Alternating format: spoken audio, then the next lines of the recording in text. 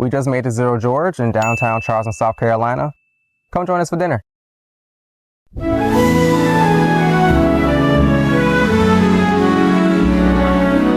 Candles flicker, shadows dance, they play. Welcome to WithJon. Today, we are diving into one of Charleston's culinary gems, the restaurant at Zero George. Known for its stunning, historic setting and incredible tasting menus, this spot has become a favorite for food lovers. Join me as we explore the flavors, ambiance, and overall experience that makes this restaurant stand out. Let's get started. All right, so let's talk location. The restaurant at Zero George is tucked away in Charleston's historic district, blending charm with fine dining. On Resi, it's rated 3 out of 4 dollar sign spot. So yeah, it's fancy enough to impress, but not so your kidney fancy. As for my rating, I'll be judging this place with my highly sophisticated, totally not a chef, but definitely love to eat taste buds. Prepare for some brutally honest, everyday food lovers' opinions. Let's see what they got. The first thing up on the Patterson's tasting menu is the snacks. I am the most excited about these oysters. I am just... So these are, those are the oysters. He said Yes. These were the... That is going to be the shrimp toast. Oh, okay. And I'm honestly not exactly sure what these are, but they still look... He said we eat the amazing. rocks, right? No, he literally told you. He literally said not to eat the rocks. Now what's the first thing you do? The rocks. Eat the rocks. I want to take a moment to cover the snacks on the tasting menu. First up is the frozen garden, also known as the palate cleanser. Think of this as your edible reset button for your taste buds. Fancy, right? Next, the oyster. This one came topped with caviar and something that tasted like Lay's potato chips. High society meets snack hour perfection. I'm here for it. Then we have potted plant, featuring edible dirt and radishes. Yes, the dirt was actually edible, and honestly, those radishes were so good, I might start eating dirt at home. Kidding. Maybe. Moving on to the falafel. Yeah, I don't remember what this was. Let's just call it mysterious and delicious. Chef secret, I guess. The cigar. This one has something tasty wrapped around the beef tartare. And shockingly, I actually enjoyed it. Who knew raw beef could be so classy? Had a little bit of salt taste to it. Apple skipper. That came next. A fancy little waffle crisp with apricot filling. Think of this as the bougie cousin to your favorite toaster strudel. The century egg. Actually, it was a quail egg on those tiny little spoons you saw. And yes, I did fail to steal the spoon. Missed opportunity. My wife always stops me from stealing shit. Now, the shrimp toast, absolutely amazing. I begged for the recipe, but they kept it locked up like it was classified information. And finally, the sunchoke. That was served on top of the rocks, which I really wanted to eat because they look so good. No, wait, she took my damn rocks. And now, the moment you've all been waiting for, the Pattersons attempt to keep it classy while drinking at dinner. So, I have Elijah Craig, barrel proof whiskey. I don't know nothing about it. My wife does. Let me try to take a sip.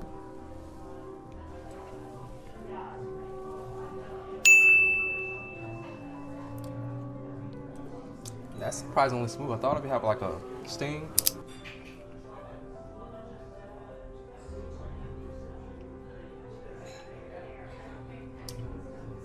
This is mine now. Next, I told the sommelier to surprise me with another drink that was on the menu, just to spice things up a little bit. Surprise drink. Yes, about that time. Zatar with mezcal, a little reposado, yuzu, ginger, and some ground beef. It's funny because I was looking at that one actually. I'm glad you said These are that. my two favorite cocktails, and I think they're pretty drastically different. Enjoy. Thank you so much. Appreciate that. Sugar or salt on the outside? Definitely salt. Baby, Oh, look at the salt. how drunk are you right now? 4. bit more than a 4.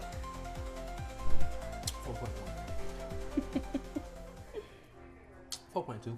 Okay. William Wolf. It's a bourbon, but with a sweet southern twist, because who doesn't like dessert in their whiskey? What about you, Plank? He said, yeah. It's like sipping on a boozy pecan pie because it's made with real pecans. Smooth, sweet, and strong. Basically, what you aspire to be on a good day. Ain't that right, Plank?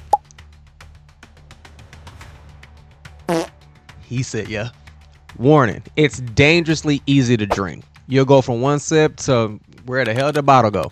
My sincerest apologies, folks. Our guests are, let's say, slightly overserved. Up next, the entrees. Let's hope they remember what they ordered. All right, let's talk entrees. Now, we've already tried the Regis over caviar before, and let me tell you, if you haven't had fish babies in your mouth the right way, you're missing out. This time, we kicked things off with the raw scallops, which was chopped up and paired with some fruit. A fun little treasure for the flavors. Next up, the tortellini. It was amazing, but now I'm kicking myself for skipping the truffles. They might look like dirt, but apparently they're the diamonds of the food world. Lesson learned, don't judge your food by its cover. The fish and grits, phenomenal. At first, I thought they had given us like a kind of meatloaf, but nope, it was just North Carolina catfish served in disguise. Well played, chef. We went with the venison instead of the Wagyu because I've never had it before. The black garlic, absolute hidden gem. Like finding a treasure in a dish. Let's say I have 0 regrets. Also, I don't know which one I'm supposed to eat this with, so these are the radishes, that's something. And the scallops are cut up underneath along with something else. So I'll try all of that and go from here.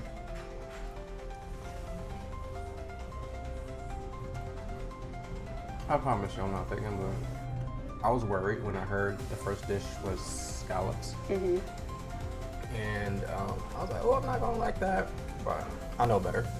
This is actually pretty good. It's actually really good, actually. It's good. This is a tasting menu as well. We have no idea prior to coming what we were going to eat. So you just kind of show up at whatever time, whatever day, month, season, and you just get what you get. It's a surprise every time.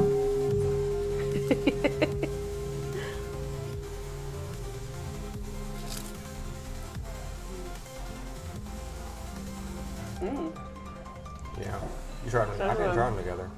There's like a saltiness into this that I wasn't expecting. Put it. What are you? Sorry. I'm putting it back. You know what's funny? I thought this was the damn beef. I did too. I was like, they didn't brought I was us like, beef. wait, we I was skipped like, something. I was like, y'all skipped the fish and chips. I mean, the fish The and fish and grits. All right. Actually, I want to try one of these things on top first. That by itself Really? is crazy. Okay, now I have to try taste one. it real quick. That is crazy. Yeah. Yeah. What? That's crazy. I got my fork and knife in the wrong hand, but nobody will know. It's really crunchy when you cut into it. All right.